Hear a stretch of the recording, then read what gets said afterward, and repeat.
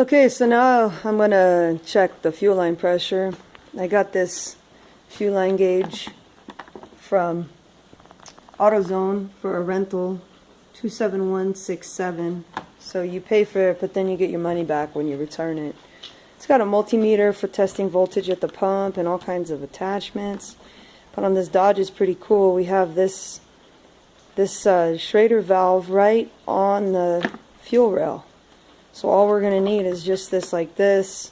Then we'll put the other end of that clear tube into a container, because when we release the pressure here after we're done testing, there might be a little fuel, so it will go in the container. So I'll show you how to hook this up now.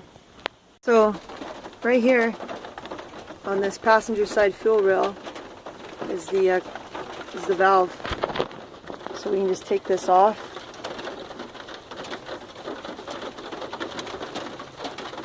And screw the end of this right on.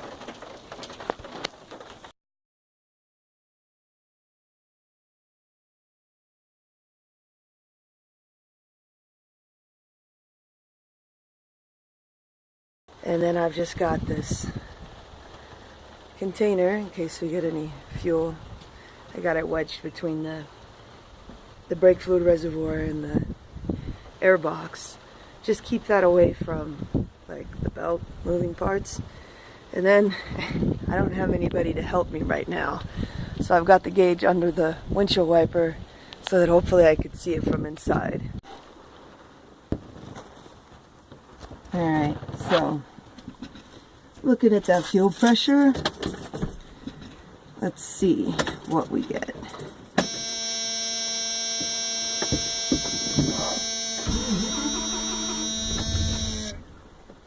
Nothing. Didn't even budge.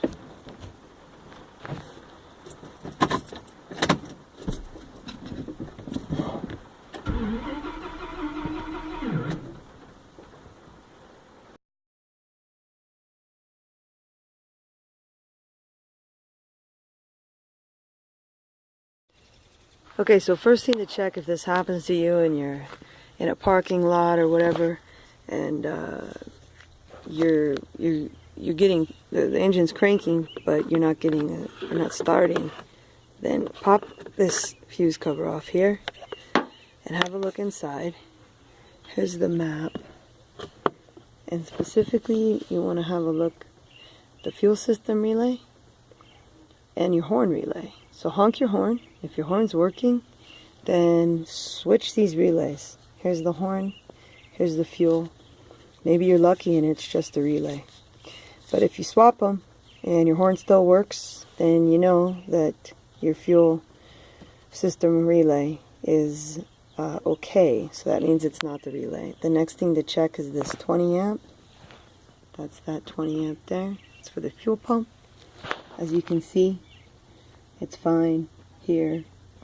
Another one you might check is this ASD relay, which is the same as this trailer relay. You don't want to swap it with the starter relay, obviously, because you're going to try to swap, and start. That ASD is automatic shutdown. And from what I've read about that, that's typically going to give you a no crank. So it's not applicable in our situation where we are getting a no crank and no start. So we're just not getting fuel or spark. My understanding, limited as it is, of that ASD is that you're actually not even going to get a crank. So if that happens, then swap this trailer out with that ASD and see if that solves your problem.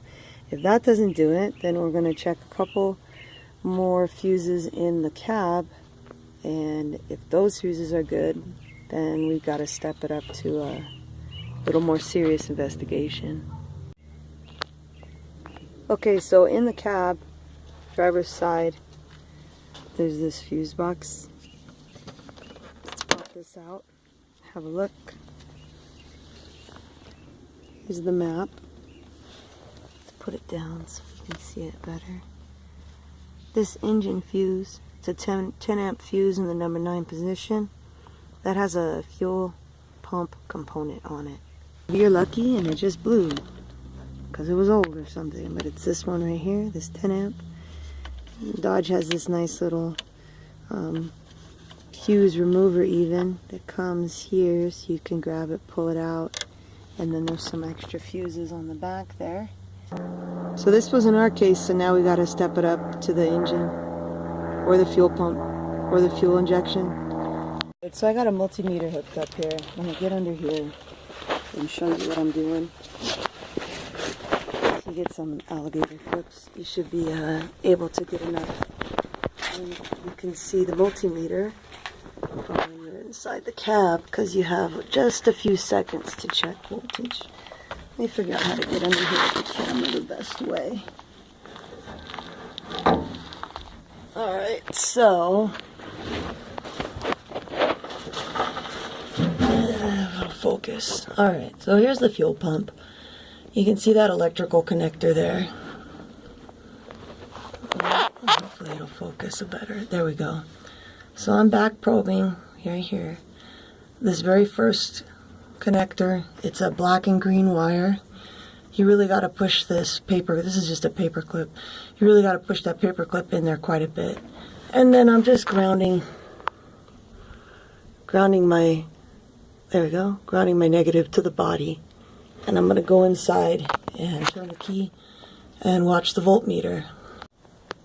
I can read the multimeter pretty close. And then you just saw that. So I'm getting voltage.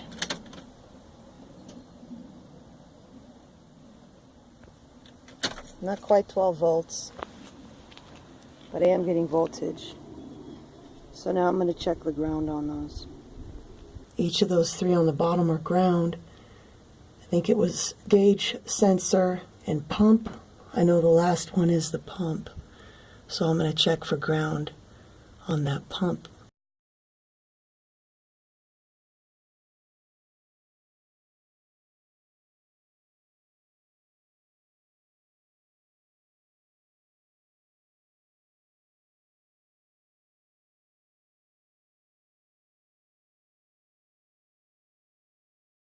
So I found this flowchart online. This is from Dodge. Test NS-5A. Because that's where I think I am. It seems to be that the problem is the fuel pump. Before I drop $160 on a fuel pump and do all of that, I want to be sure. So this is saying that that first square with ORB, that's like a Dodge scan tool. In ohm meter mode, probe fuel pump ground, connection across, so that's saying connect that fuel pump ground to cavity 5 in the fuel pump connector. See figure 2, I'll show that in a second. So the ground, fuel pump ground is cavity 6 on that connector. Then it says, is the resistance below 5 ohms? If yes, replace the pump. If no, repair the open fuel pump ground circuit. Okay, so here's the 6-pin connector. There's a 4-pin connector as well, but this truck has a 6-pin. You can see from the back of the drawing, you've got 3 coming in on top, 3 on the bottom, and you can see the cavities there. So cavity 6 is the pump ground, cavity 5 is the sensor ground. So we're gonna test resistance across 5 to 6, and we're looking for something over 5 ohms. If not, then we're replacing the fuel pump. Back under the truck, let's set the ohm meter, or the multimeter into ohm meter mode by moving it down to this range or wherever it happens to be on yours. You'll see the symbol, the ohm signal symbol there. And on my meter, it's going to be 200 is going to be the best one to put it on, since I'm looking for numbers under 5 and I don't have to multiply anything. So I don't have this ground connected, this lead's connected, I have the others connected, but I'm going to show you up here first what I got before I connect that. Alright, so that's the back of that fuel pump connector. You can see there's a paper clip in that number 5 cavity and another one in that number 6 cavity. So that number 5 cavity is the sensor ground, number 6 is the pump ground. So come back here to the multimeter, and I'll go ahead and connect this here, and we'll see what we get. 1.9. Okay, so that's definitely less than 5, which is showing us that we are on the right track with this fuel pump.